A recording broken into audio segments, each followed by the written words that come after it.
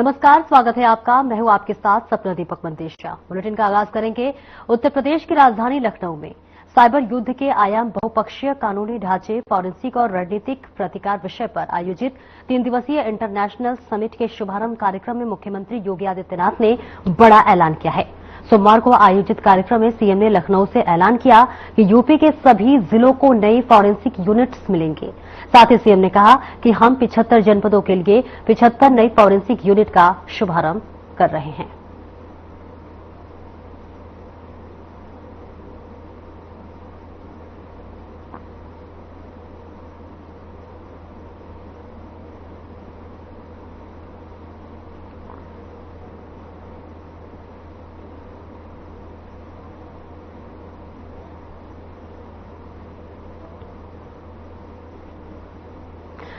लखनऊ में साइबर युद्ध के आयाम, बहुउद्देशीय कानूनी ढांचे, बहुपक्षीय कानूनी ढांचे और इसके साथ ही फॉरेंसिक और रणनीतिक प्रतिकार विषय पर 3 दिवसीय इंटरनेशनल समिट का आयोजन किया गया, जिसमें शुभारंभ सीएम योगी आदित्यनाथ ने किया। इस मौके पर सीएम योगी ने यूपी के समस्त जनपद कमिश्नरेट के लिए 75 मोबाइल फॉरेंसिक वैन MFV का फ्लैग ऑफ किया। 2 वर्ष की उपलब्धि इस संस्थान के लिए आगे बढ़ने की एक सुदृढ़ नींव को प्रदान करता है। आज की आवश्यकता नहीं, याद रखना, जब भी भारतीय परंपरा में कोई मंथन हुआ उससे कोई ना कोई अमृत जरूर निकला है। और ये वैदिक कालखंड से परंपराएं चली आई हैं।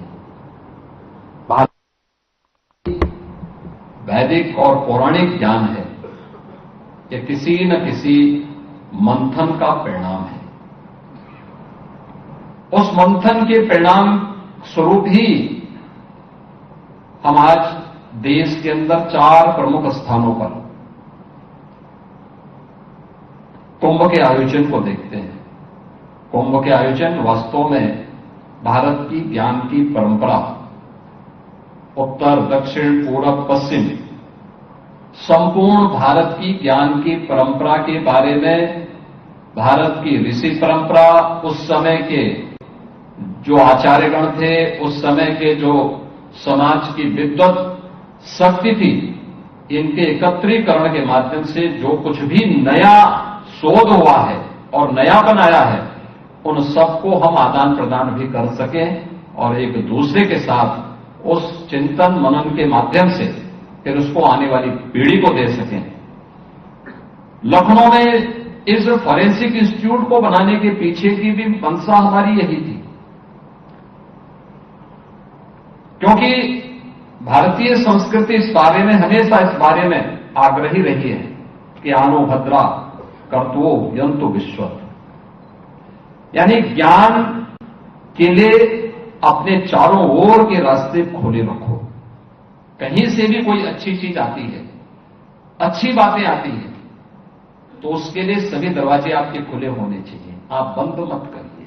जब भी आप बंद करेंगे तो वो आपकी विकास की यात्रा को बाधित कर देगा, और विकास बाधित होगा, चिंतन मनन की परंपराएं बाधित होंगी, तो याद होगा कि वह नए संघर्ष को जन्म देगा। और नए संघर्ष को जन्म देने के बाद वह न केवल आज के परिप्रेक्ष्य में अगर आप देखेंगे कि नकारात्मक ताकतें जब भी हावी हुई हैं, उसने मानवता के सामने एक नया संकट खड़ा किया है।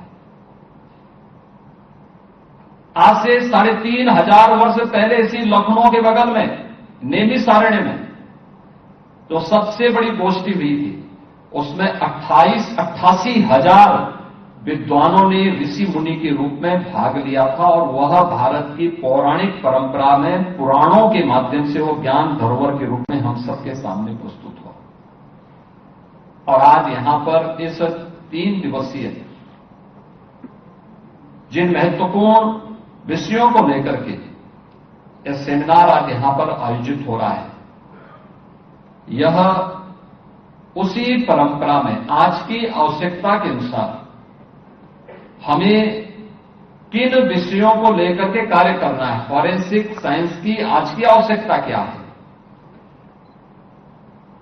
साइबर फ्रॉड से बचने के लिए और नेशनल सिक्योरिटी में उसकी आवश्यकता को ध्यान में रख करके हम कैसे उन चुनौतियों को फेस कर सकते हैं, इन मुद्दों को लेकर के, या फिर उन ड्रोन टेक्नोलॉजी के और रोबोटिक के उसके लाभ और उसकी चुनौतियां क्या हैं, इन सभी मुद्दों पर यहां पर एक किसी नए मंथन को जन्म लेकर के आप वर्तमान की चुनौतियों के अनुरूप समाज को तैयार कर सकेंगे, ये मैं विश्वास के साथ कह सकता हूं। और इसका लाभ न केवल देश की सबसे बड़ी आबादी के राज्य की जनता को, बल्कि यहां की पुलिस फोर्स को भी उसके अनुसार अपने आप को अपडेट करने में मदद मिलेगी। मुझे याद है जब हम आज यहां पर इन सभी मुद्दों पे चर्चा कर रहे हैं, यहां पे पुलिस महानिदेशक उत्तर प्रदेश इस बारे में उन्होंने कहा भी कि फॉरेंसिक की स्थिति हमारी क्या थी उत्तर प्रदेश के अंदर। 2017 के पहले 4 फॉरेंसिक लैब थी, उनकी भी स्थिति जैसे तैसी थी। क्या कारण था कि कोई दुर्दांत माफिया अपराध कर रहा है। मेरी एक बार यहां पर उच्च न्यायालय से चर्चा चल रही थी। मैंने कहा यहां पे पाओ अपराध का जो सबसे पुराना मामला हो कितना पुराना है, तो मैं 2017-18 की बात कर रहा हूं। उन्होंने कहा कि 52 वर्ष पुराना। तो मैंने कहा तो मेरी उम्र से भी ज्यादा बड़ा है, यानी उतना पुराना अपराध हुआ है, उसको आज तक सजा नहीं हो पाई। सजा होने की कोई स्थिति भी नहीं थी, क्योंकि जब तक सैंपल कलेक्ट करके लैब में जाते थे और उसमें कई दशक लगते थे उसके परिणाम आने में, तब तक सैंपल खराब हो चुका होता था और अपराधी को कभी सजा नहीं मिलती थी, कभी नहीं मिलती थी। हमारी जीरो टॉलरेंस ये केवल शासन के वक्तव्यों तक सीमित रह पाता था।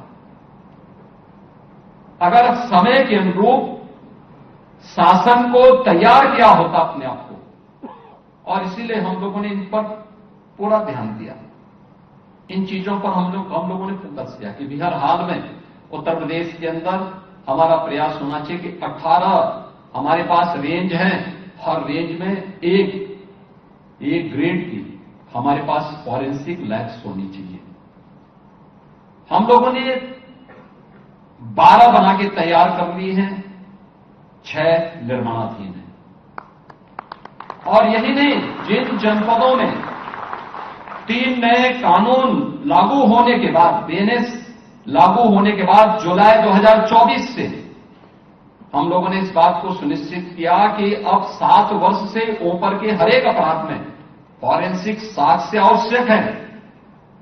तो इसके लिए केवल एक घोषणा तक सीमित न हो, बल्कि हर जनपद में पहले ही हम एक मोबाइल फॉरेंसिक यूनिट पहले ही वहां दे चुके हैं, और आज हम 75 जनपदों के लिए 75 नई फॉरेंसिक यूनिट का यहां पे और भी यहां पे उसका शुभारंभ करने जा रहे हैं, उन्हें उपलब्ध करवाने जा रहे हैं। यानी ये लैब्स भी हैं, हम मोबाइल फॉरेंसिक यूनिट भी उनके यहां लैब के रूप में उन्हें उपलब्ध करवाने जा रहे हैं, जो घटना स्थल पर जाकर के साक्ष्य कलेक्ट कर सके और अपराधी को सजा दिला सके। साइबर अपराध में भी यही होता था। 2017 के पहले एक थाना था गौतम बुद्ध नगर जनपद में, लखनऊ में निर्माणाधीन था। आज उत्तर प्रदेश के अंदर हम लोगों ने सभी 75 जनपदों में साइबर थाने की भी स्थापना की है।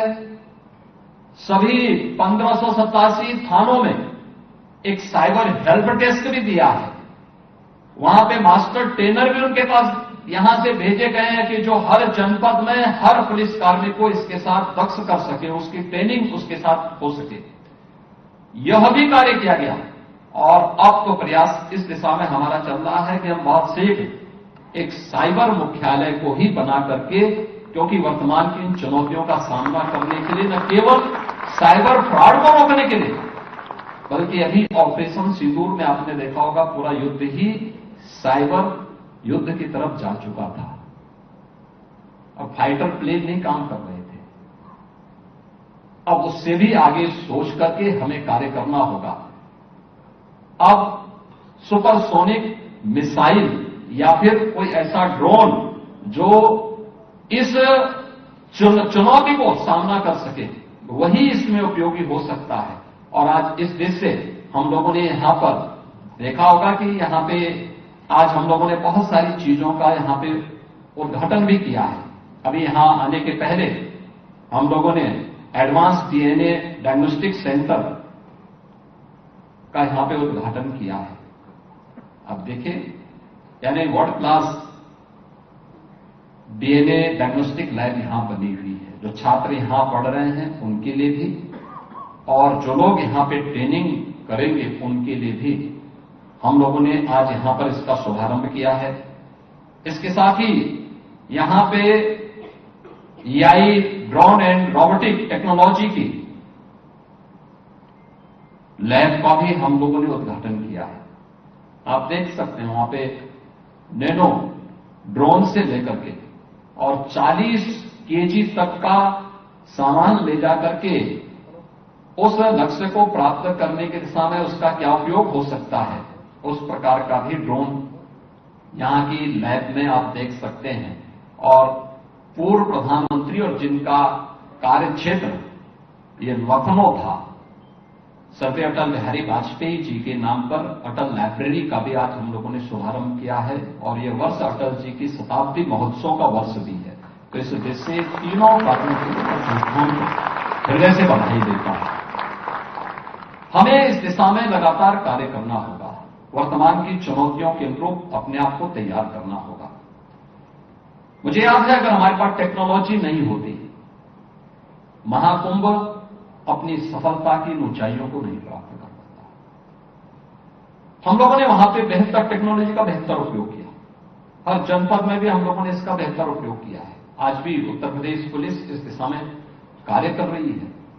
अब हम लोग इसका इंतजार नहीं करते हैं कि कोई व्यक्ति अपराध कर लिया है तो हम हाथ पे हाथ धरे बैठेंगे। ऐसा नहीं होता है। और यही कारण है कि जिस उत्तर प्रदेश में पहले अपराधी अपराध कर लेता था, अब वो अगर अपराध किया है तो उसको अगले 24 से 48 घंटे के अंदर पुलिस के हाथ में उसको लगना ही लगना है। वो कहीं जा नहीं सकता है। और यह स्थिति आज उत्तर प्रदेश पुलिस ने विकसित कर ली है। और उसी का परिणाम है कि उत्तर प्रदेश सुरक्षा के मानकों को तेजी के साथ आगे बढ़ा रहा है। हमें समय के अनुरूप अपने आप को तैयार करना होगा।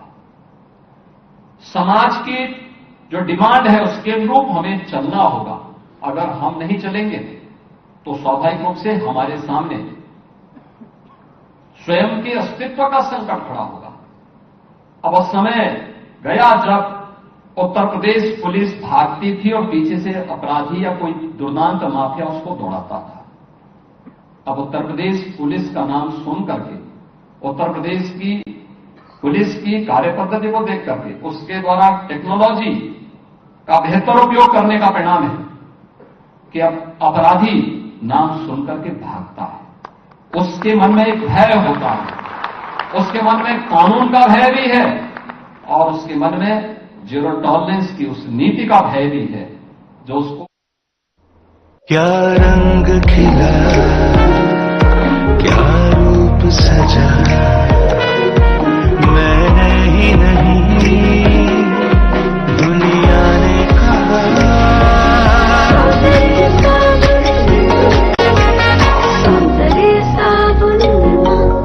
क्या आप जिम जाते हैं, कसरत करते हैं, फिर भी आपकी सेहत नहीं बनती?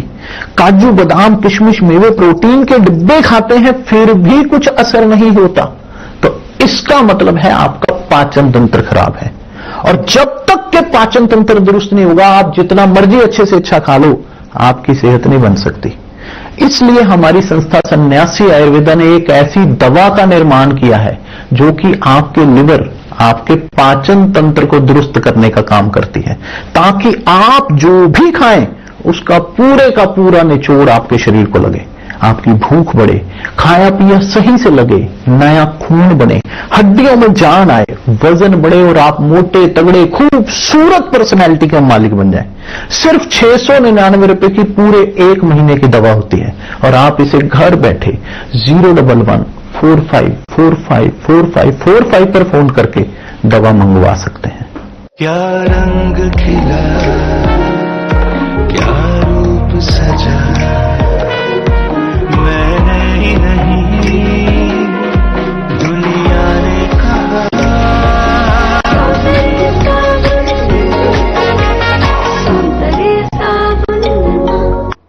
उत्तर प्रदेश में पर्यटन के समग्र विकास और देश विदेशों से आने वाले पर्यटकों की सुविधाओं को ध्यान में रखते हुए केंद्रीय पर्यटन एवं संस्कृति मंत्री गजेंद्र सिंह शेखावत और उत्तर प्रदेश के पर्यटन एवं संस्कृति मंत्री जयवीर सिंह के बीच बैठक हुई। राष्ट्रीय राजधानी दिल्ली में आयोजित इस बैठक में विभिन्न परियोजनाओं एवं प्रस्तावों पर विस्तार से चर्चा की गई।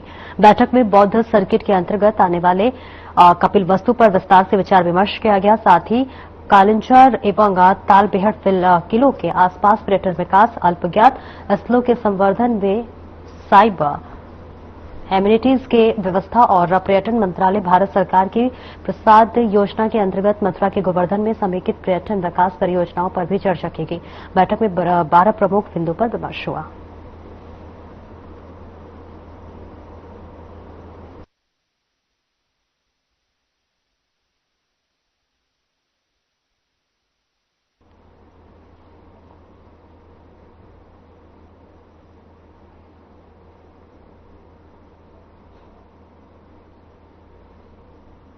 चीनी विदेश मंत्री वांग यी एनएसए अजय डोभाल के निमंत्रण पर भारत दौरे पर नई दिल्ली पहुंचे।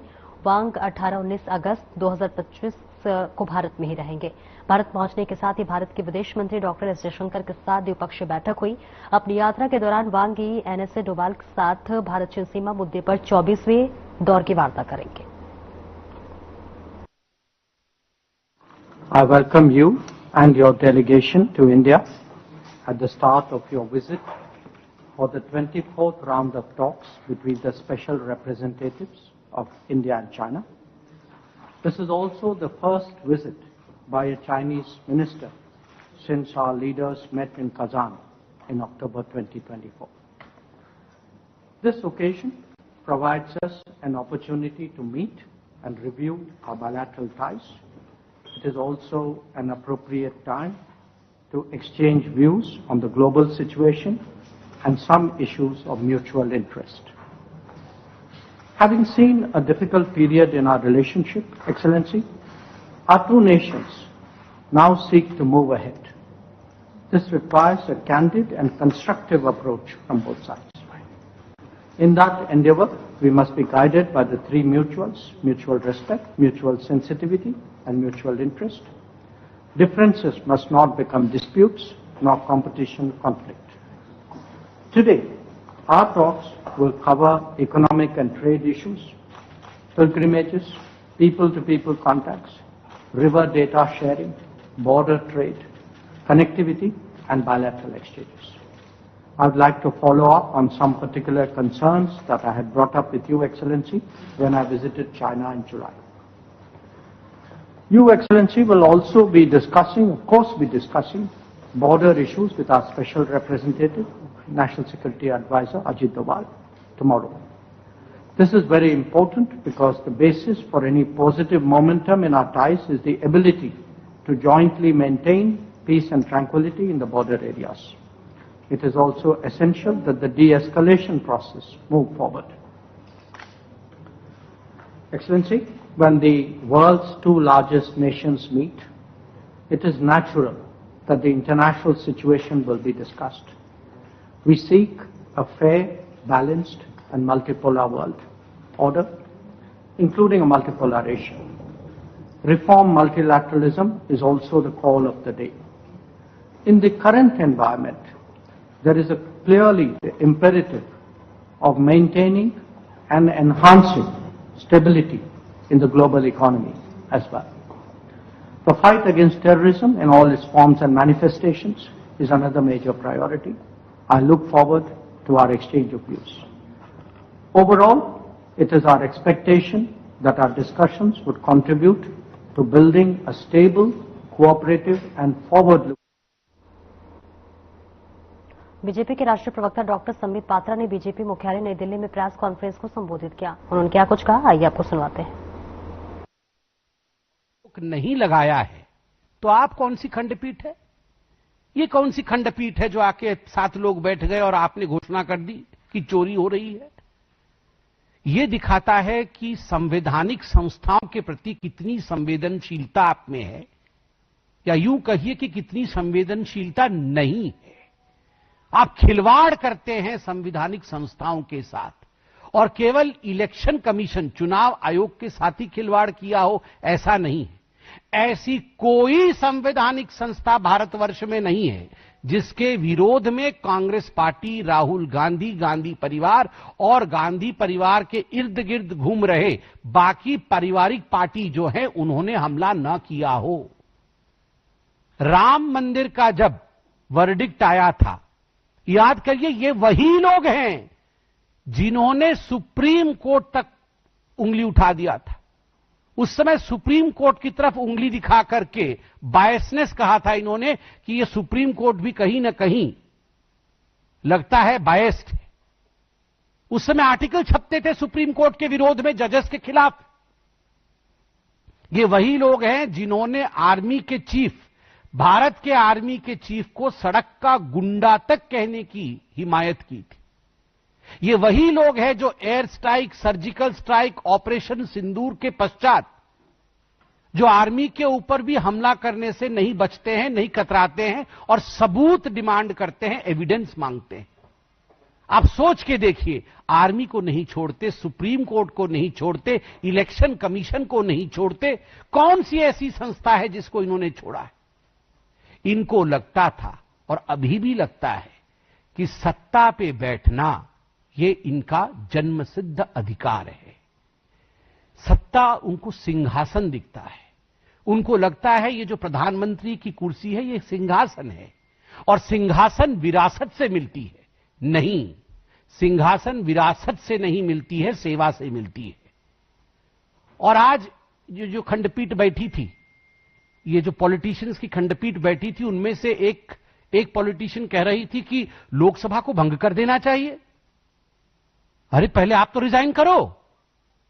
लोकसभा को भंग कर देना चाहिए। जब से माननीय नरेंद्र मोदी जी प्रधानमंत्री हैं, तब से ममता बनर्जी जी, उससे पहले से हैं, मगर ममता बनर्जी तो तब से हटी नहीं है सत्ता से। बंगाल के विधानसभा में ममता बनर्जी आसीन है। क्यों नहीं ममता बनर्जी अपने विधानसभा, जो कि उसका चुनाव इलेक्शन कमीशन के अंतर्गत ही हुआ है, क्या उन्होंने कभी कहा कि हमें खंडित कर देना चाहिए, हमें भंग कर देना है बंगाल के विधानमंडल को, विधानसभा को? तेलंगाना, कर्नाटक, जहां पर कांग्रेस की सरकार है, क्या कांग्रेस पार्टी भंग कर देगी? भंग कर दीजिए। इसी इलेक्शन कमीशन ने कराया है चुनाव। आपको अगर लगता है अनफेयर है तो आप भंग कर दीजिए। देखिए, इलेक्शन कमीशन इनको चिट्ठी पर चिट्ठी लिखती है, इलेक्शन कमीशन इनको ईमेल पर ईमेल भेजती है कि आइए हमसे चर्चा करिए। एक दिन इलेक्शन कमीशन के पास नहीं जाते। इलेक्शन कमीशन ने कहा 45 दिन का समय होता है। ये इलेक्शन कमीशन क्या कहेगी, ये भारत का संविधान कहता है 45 दिन का समय होता है। आपको अगर लगता है आपके विधानसभा में, आपके लोकसभा में गड़बड़ी हुई है, जिसके कारण से विपक्ष का प्रतियोगी जीत गया है, विपक्ष का कैंडिडेट जीत गया है, तो 45 दिन के अंदर कोर्ट की शरण में जाइए। आप जाके रिट पिटीशन करिए, इलेक्शन रिट पिटीशन करिए। एक ने इलेक्शन रिट पिटीशन किया, ना बीएलए कंप्लेन करेगा, ना इलेक्शन रिट पिटीशन होगा। सड़क पे जाके चोर चोर चिल्लाएंगे, सदन नहीं चलने देंगे। एक ही राग है इनका, मैंने किसी पिक्चर में देखा था, अब्बा डब्बा चप्पा। मतलब कुछ भी हो जाए, जैसे हारेंगे अब्बा डब्बा चप्पा, बस सब चोर है, सब खराब है, सिस्टम खराब है, कुछ नहीं समझना है, खाली अब्बा डब्बा चप्पा। अब हम भी परेशान हो गए ये अब्बा डब्बा चप्पा सुन के कि आखिर कब तक यही करते रहोगे आप? इनकी मंशा, मैं आपको आज स्पष्ट, मुझे आज मैं ये प्रेस कॉन्फ्रेंस दिल से एकदम एक हिंदुस्तानी के नाते कर रहा हूं, केवल एक पार्टी के प्रवक्ता के नाते नहीं। इनका मकसद एक ही है और मकसद है घुसपैठियों को बचाना, इन्फिल्ट्रेटर्स को बचाना, जो बाहर की देशों से घुसकर आए हैं नकली इनके लोगों के द्वारा। आप टीएमसी के लोगों को देखिए बैठकर किसका वोटर कार्ड बना रहे हैं, किसका आधार कार्ड बना रहे हैं। आप जाकर देखिए बिहार। बुलेटिन में इतना ही और अब वक्त हो चला है हमारे खास कार्यक्रम डॉक्टर राकेश गुप्ता के साथ प्लस माइनस का। नमस्कार।